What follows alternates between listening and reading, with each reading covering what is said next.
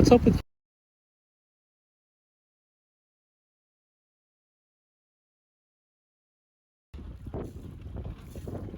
Okay, ladies and gentlemen, welcome back to another vlog. We're not starting from the dock this time. I was probably late, rushing, coming in from work. However, yeah, we are leaving the harbour now, and we're about to hoist the mainsail. Cool, so we're about to hoist the mainsail. Scatterling's quite an old boat, so usually on other boats or modern boats, they've got like an automatic winch that feeds the mainsail in, or they've got curtains along the seams of the mainsail. So on Scatterling, someone has to physically stand behind the mast, as you can see Sean is doing that, and feed the mainsail in while someone is busy hoisting on the black halyard. So yeah, thankfully the wind conditions are quite light, so we don't have to hide behind like a big container ship or whatever the case might be, just to be able to get the mainsail up. Mainsail's up. We are now leaving the harbour to find a place to hoist the jib and then just get our bearings right before race start, which is probably going to be like in about 15 minutes. hanging in there, hey?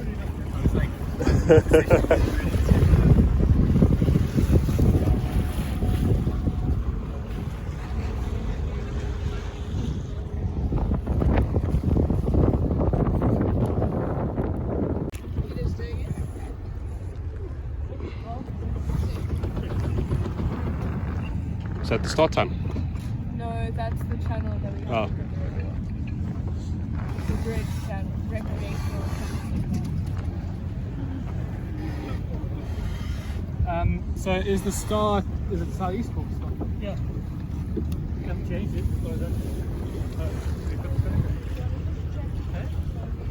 yeah. You just checked when you saw You think we've changed it now? it. It's not a southeast. Cool, folks. So the race has actually started.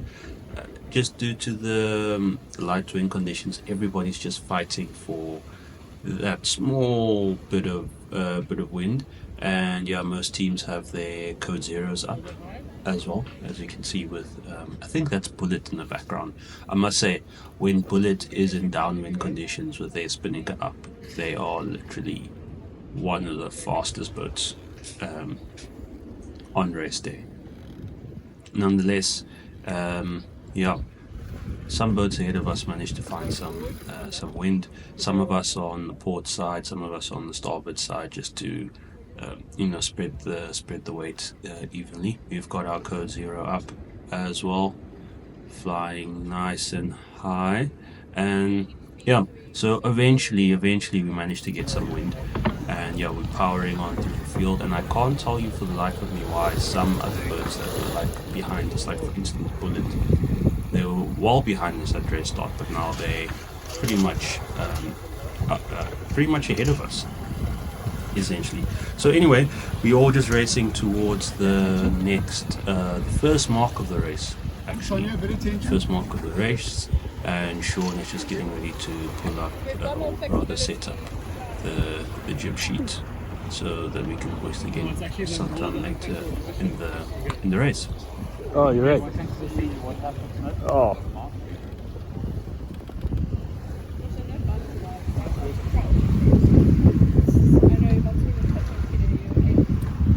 What's up with you and Bumps today?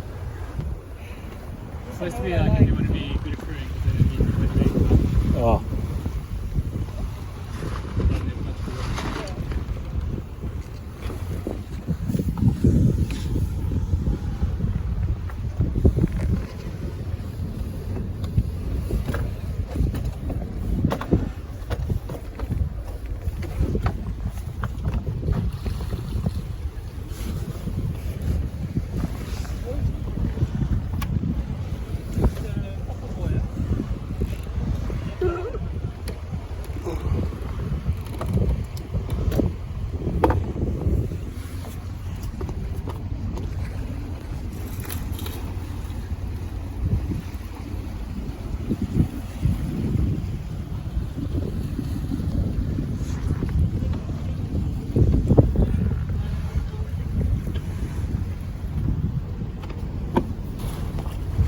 boom, we've successfully rounded the first mark of the race. We managed to catch up to some of the fleet.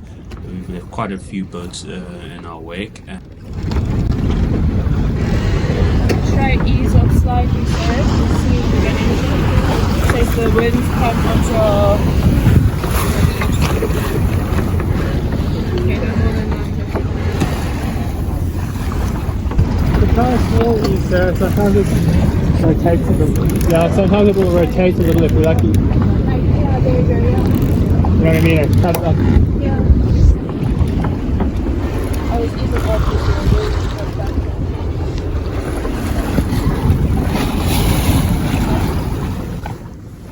usually in these conditions, we usually hoist up the spinnaker, but due to, sorry, not the conditions, but rather this part of the lake, we usually hoist up our spinnaker, but the Code Zero is going to do just fine, just due to the light wind conditions. So we've rounded the top mark in the race, and we basically dicing with tenacity, but the boat looks absolutely stunning from this angle, and you just actually take for granted how big these boats are, and the sails look, and how majestic they look, especially with the sunset in the background. I mean, look at that. So yeah, wind conditions have died down again, and we scrambling to hoist up the Code Zero again. I think Sean's going to come over and give me a bit of a hand, yeah, or two. And now we're going to take down the jib. So I'm just at the back bringing it down, and then we're going to find a way to tie it down and then try to finish the race pretty well. I think at this stage of the race we're doing pretty well, we just don't know it. We just absolutely are clueless in terms of where we are position wise, but we're actually doing very well, as you'll learn later on in the video.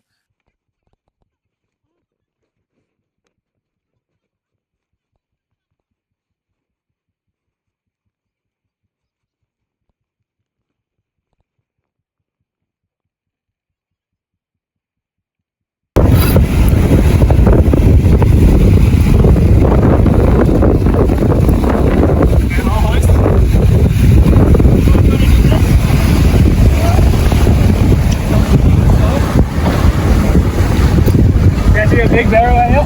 That's good. Barrel right.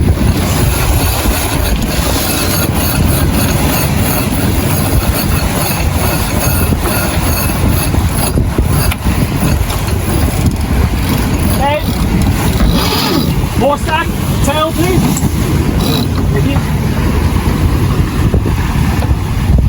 Yeah, that's good job.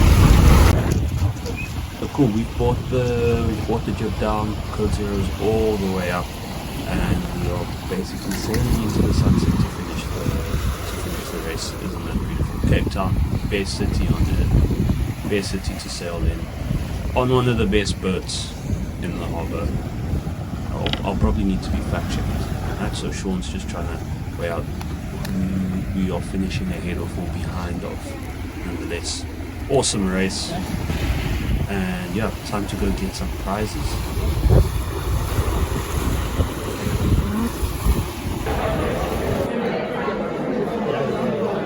There we go. Right, well done from the trial, Class A non-spinnaker. That's third place, Windpower, second place, Nemesis, first place, CUL6. I need a new hat. There we You go. saw Rick and Phil in the back having a chat, so there must be someone from the Look of a champion. Hey team, yeah, that brings us to the final race for the first half of the season yet again. I mean, what a season has been. Very little racing. I think this is like basically the fourth vlog. Nonetheless, I mean, today's race was yet again, as always, super interesting. I didn't know that you could use a Code Zero instead of a spinnaker due to the light wind conditions, and the course layout like suited our boat, which led to our first victory. So as you saw earlier, we got toys basically, or we got gifts from Nautica, as you can see. Well, I think that's the first victory for a race that I've been a part of. I think we're Class B with the Spinnaker. And yeah, I mean, fascinating race, especially beating down up Sunset Beach, and much better, steady like 10 knots of wind. So ultimately it was like very mixed conditions from like it would go from like no wind to finding pockets of wind, and then trying to find pace to get to the mark and everything. So yeah, all in all, yeah, big ups to the Scatterling team for getting the first win. And yeah, I mean, if you like this video, you know what to do. Give us a little like, comment and subscribe, or don't. At this stage I don't think it really matters. I know that sounds sad, don't worry, I'm not breaking down from any form of depression because the channel is not succeeding. You know, we do this for the love of the game. But either way, still like, comment, subscribe, check in the next one. Boom.